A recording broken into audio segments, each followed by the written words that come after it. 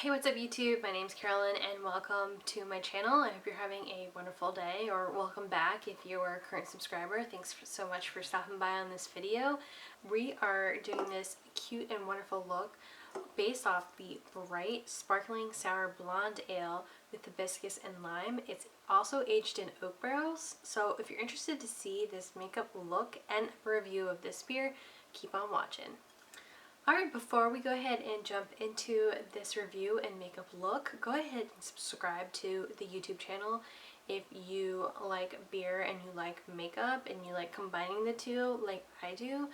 Help me get to 100 subscribers if you're new here. If not, comment and let me know down below whether or not you've had this beer or you want to try it. All products are going to be listed down below if you're interested in what I'm using. Again, if that interests you, go ahead and subscribe to the channel. I greatly appreciate you.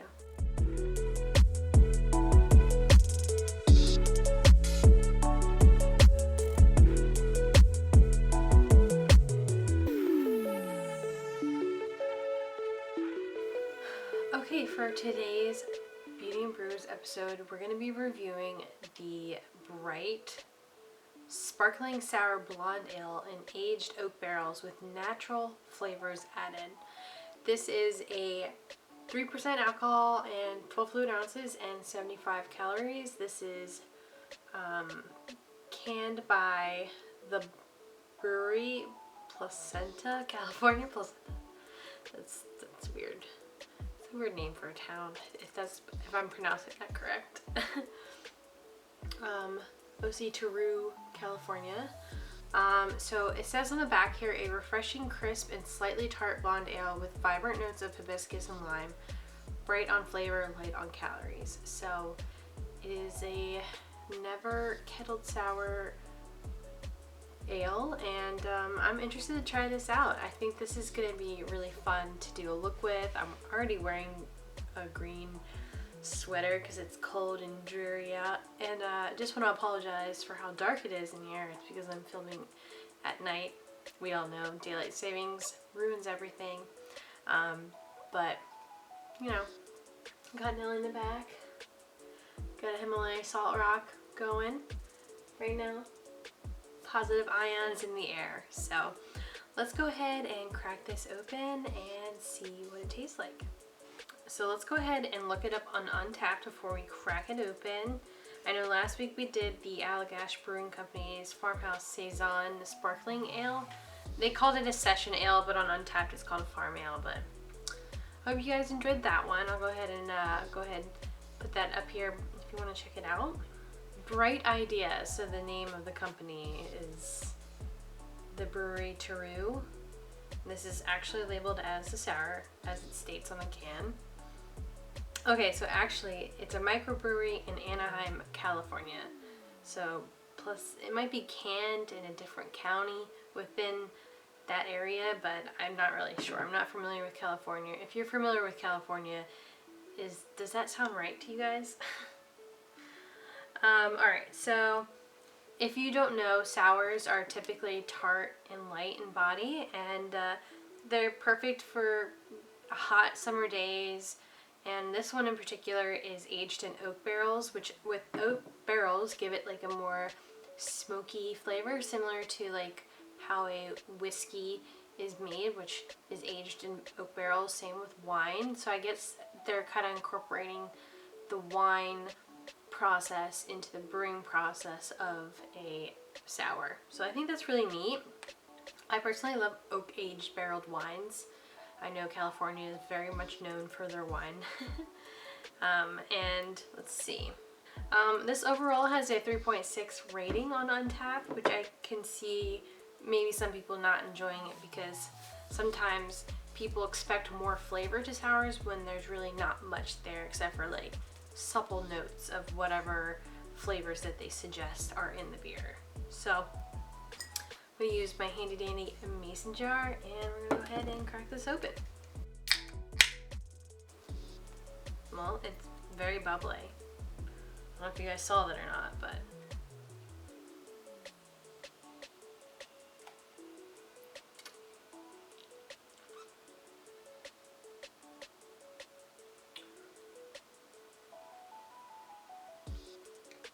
All right, so right off the bat, you can taste that oak immediately in that flavor up front. And this lime, you know, a little lime in there. Reminds me of a margarita, definitely. A sour blonde ale concept with hibiscus and lime. Very interesting. It is tart. Obviously, it's pink in color, like an amber, copper red color. And this doesn't really have a major smell to it up front. It definitely smells a little sour, a little hibiscus, a little lime. Reminds me of a margarita, for sure. I like it. It's very subtle. It's obviously light in body because it is a sour blonde ale. Blonde ales typically are going to be maybe leaning towards mostly light, maybe medium body, depending on how they're brewed, of course. This beer is actually relatively good. So again, this beer is 3%. It is a sour blonde ale. It is pink red in color, like a reddish color. It is very light in body. It's tart. It's got hibiscus and lime once you take a first sip, and that oak comes right away and lingers on the tongue for quite a bit of time. And I really enjoy this beer because it reminds me of a margarita. I can imagine this being really good, like frozen in a slushie. That would be delicious. But this has a really great flavor profile. I'm really enjoying this so far. My overall rating for Untappd would probably be 4 stars. I would definitely give this 4 stars for sour blonde ale. I think it's very innovative. The idea of having a sour blonde ale, this is the first I've ever heard of this type of style, so I'm very intrigued by this brewery and this company that created this beer. I think it's excellent for someone who doesn't really drink beer very often or doesn't really like beer, maybe who likes wine, and this would be a really great option if you prefer wine and you want to try beer a little bit. Definitely check out Brite Brewery's sparkling sour blonde ale. It almost tastes like wine. It's just like a little different.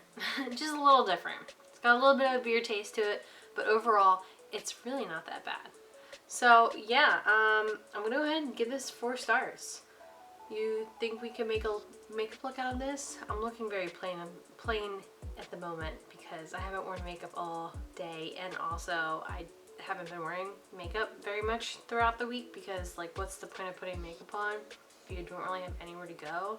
So I'm gonna go ahead and continue drinking this while I create a makeup look. So if you're interested to see how this goes, keep on watching. Okay, for today's episode, we're gonna use the Mimron face paint palette. I'm gonna go ahead and activate those colors with some water. But first, I'm gonna go ahead and prep my skin. Alright, I'm gonna go ahead and do my eyebrows and my base off camera first, and then we're gonna go ahead and do the eyes, and you'll be zoomed in. So, uno momento, por favor. Okay, so we're back.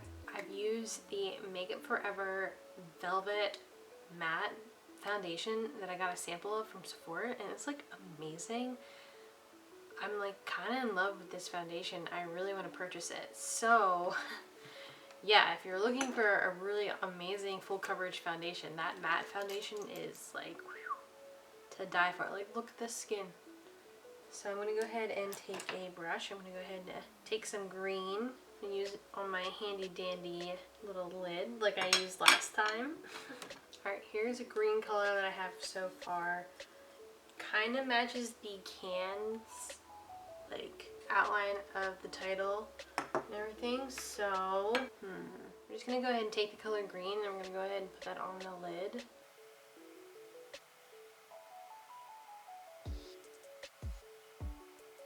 Okay, I think that looks pretty cool so far, huh? What do you guys think? Have you guys ever watched The Immortal Instruments or read the books? I'm currently watching Shadowhunters on Hulu, and it's based on the Immortal Instrument book series. And I'm all for sci-fi, mystery, mythical creatures of some sort. That's usually all I ever watch, right? Which is fine. Nothing wrong with that, right? But it's actually a pretty good show. The acting is just kind of subpar and I hate that. Like, okay, I think both the eyes are pretty even. I'm gonna go ahead and set my Minron palette aside, and we're gonna go ahead and take Juvia's Place's green right here. We're gonna go ahead and pack that on to the actual paint. Just taking this with a crease brush from e.l.f.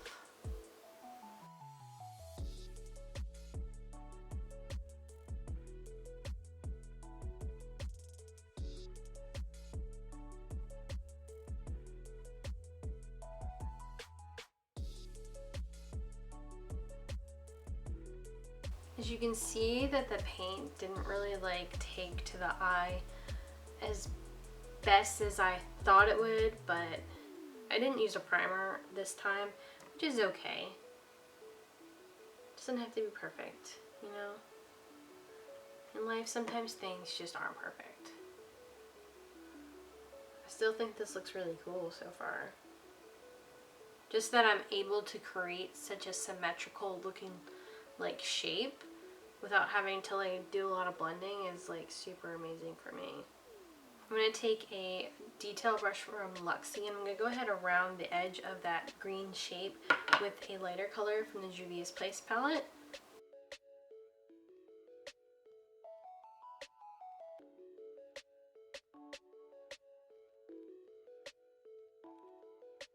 I didn't film earlier in the day because my neighbors just sold the house and like they're doing construction work. And it just is really loud banging noises. Okay, so here's what the eyes look like so far. Let's see, what else should I do? Should I make a hot pink liner? I have a hot pink cake liner, so I'm gonna use the ABH cake liners and see what happens. But first, a sip of beer. Go ahead and take that pink. Alright, I'm gonna attempt to draw the hibiscus flowers right here, if you can see those. Like right here on the edge. Okay, there it goes.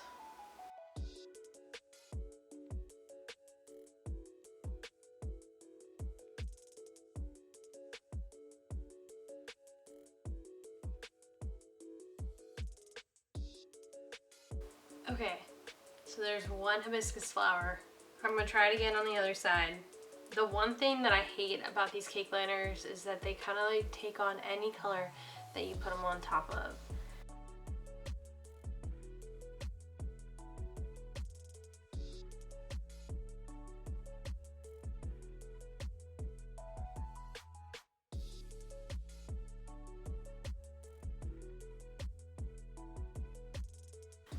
There it is, hibiscus flower. Kind of got it on the side, not so much on that side, so we're just gonna forget about this side. We're just gonna be like, okay. All right, so we are gonna use the cream blush from Milk, and this is the shade Perk. Yeah, if we just don't look at this side, we're gonna look at from this side. We're gonna add Perk on this face.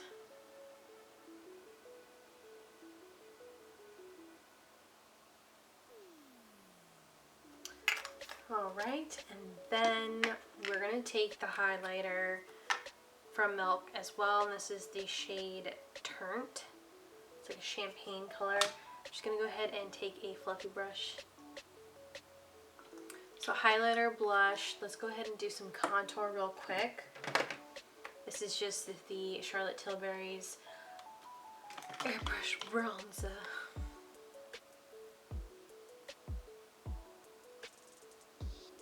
I just ordered the Yoma. It's the black-owned company's contour stick. I'm really excited about because I've been wanting it, and I don't want to spend $40 on a contour stick. Okay, $15 is a little bit more reasonable for me, so you should definitely check that out while the sale lasts. I don't know how long it's gonna be for, but put some underneath my chin. All right, eyeliner. Do that. I'm gonna do that off camera. You guys don't need to see that, do you?